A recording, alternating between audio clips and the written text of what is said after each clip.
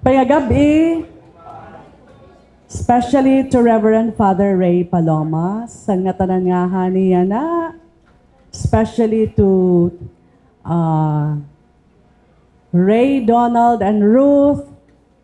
Maupay nga gabi. Hala, waray baton. Maupay man. Asarin ko waray tao. First and foremost, just would like to congratulate Ray, Donald, and Ruth. Congratulations.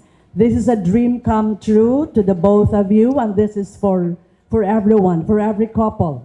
This is actually a dream come true, the church wedding.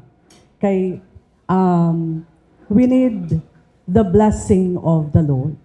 Bisan pa kita civilly married, we dream for this, the church wedding. Again, we need the blessing of God. Okay, so again, this is a dream come true for them and other couples. Hopefully, sunod liwat hi Arya na nag-una. Okay. So again, congratulations and best wishes. My, public knowledge nga may mga anak na hir kamo duha matulo na So again, congratulations kay you made so much efforts nga makasal kamo.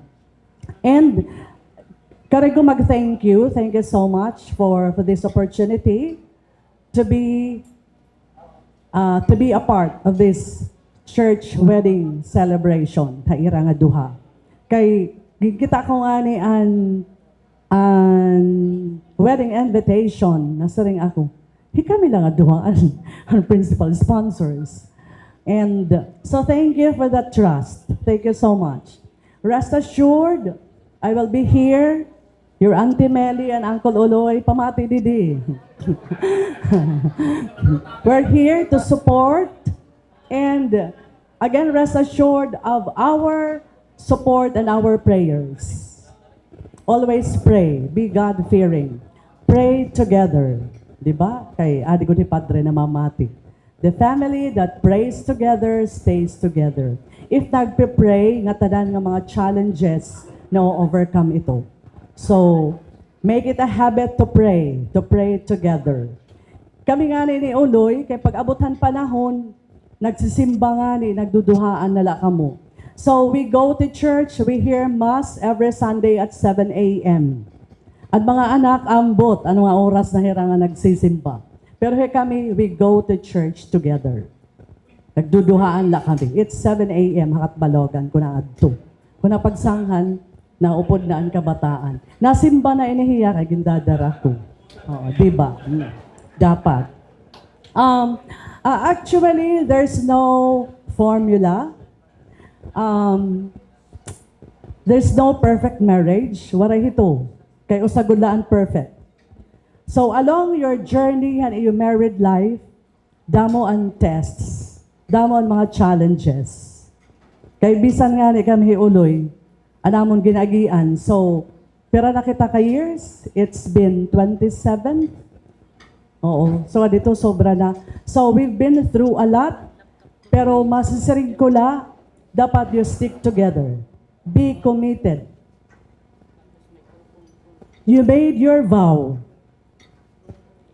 Diba, nasa ring Padre, nasa ring Bible, ang ginbabind together dapat it's until death. Diba, nasa ring in sickness and in health, blah, blah, blah. Till death do us part. Dere kay, till death ko no do us part. So, naabot talaga ang panahon nga kay love fades. Love fades talaga. May mga circumstances. Kay parang, ang mag-asawa kasi, parang naabot ang panahon nga mag-asawa na kamo, parang wala na, taken for granted. Akay mag-asawa na, okay na, dire. Dapat continue to grow in love. Stay in love. Kay in love pa nga ni ikaw mo, masusurpass, ma-overcome niyo ang ngatanan. And when you are in love, aada nga tanan na sunod. You are faithful, you respect your partner. Tanan na sunod ito, basta you are in love. And maabot nga ni ang panahon nga, because of unavoidable circumstances, damo kasi ang mga evil forces sa gawas. Damo ang mga panulay. Di ba? Maaram na kamo ito. May mga third parties. Just remember the vows, your vows, and your promise to each other. Asya, ay hingalimti. And your commitment. Kay nabalik na lang ito. And, ginbabalik niyo, ano ang tawag ito? Kung may daka mo mga friends, nagkakamay ada counseling, feel free to call your closest friends. Ang mga friends nga diri ito nagmamarites, ha? Nga diri ka mo igmamarites. Choose your friends, your closest friends, nga you can talk to, you can lean on ang iyo problema nga diri igmamarites. So, pwede mag-counsel, magkuanhin mga pieces of advice, pero kaurugan pag nag-istorya na nga ni masaring ito, nga you go back to where you have started. Kay ano nga ginhigugma mo hiya? Balik ka ito. Kay nasaring panusa namon nga ninang handaraga pa, sexy. Pagkuan na nga ni, nag-aasawa na, napapasagda na ang kalugaringon, nagiging siksik na. So, iba na ang gigitan, liwatan asawa, parang sugad dito. Tapos natitempt, kaya damo man ang temptations. So, amo na ito, you go back where you have started, ang panahon, tapos, para ni mo ma-appreciate kay ano hiya ni mo ginkaruyag, kay ano hiya ni mo ginhigugma. And along the way,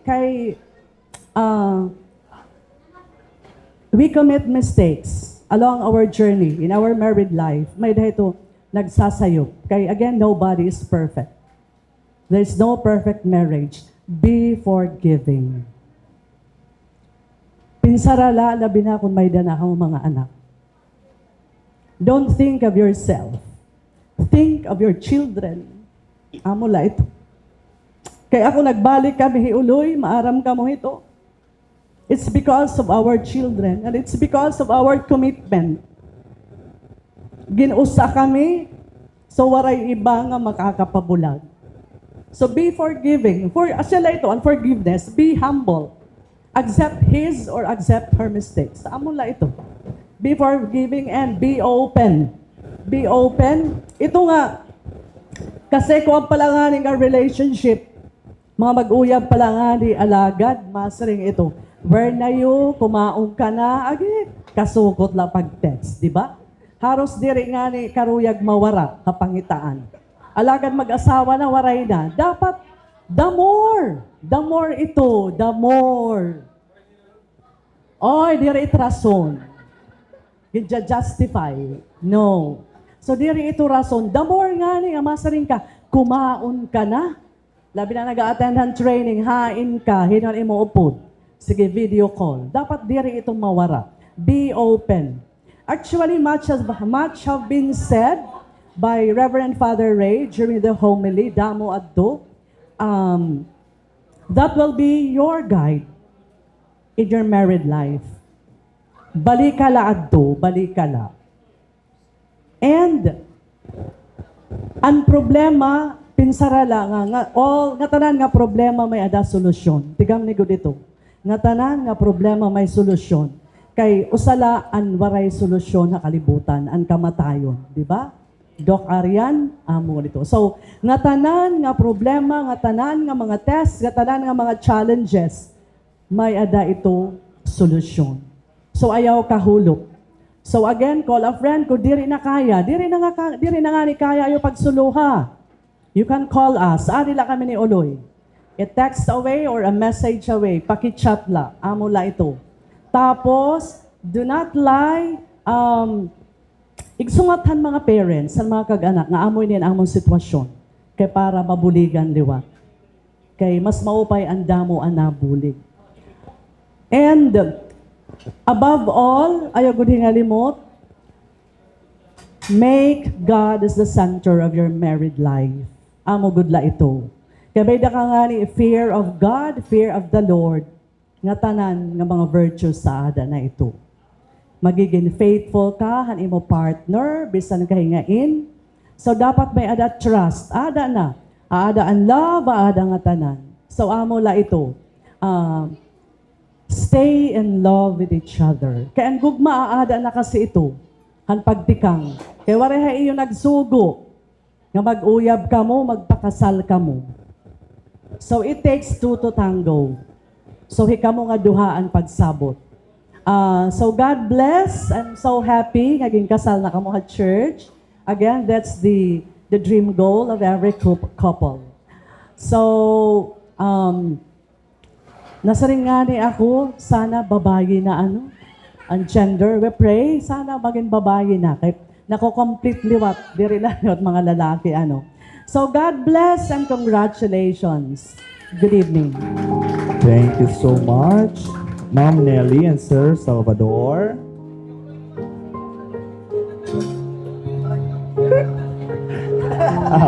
Kuya Loy. Kimbalik. Okay. Okay, since nga tutuluman laharangan ni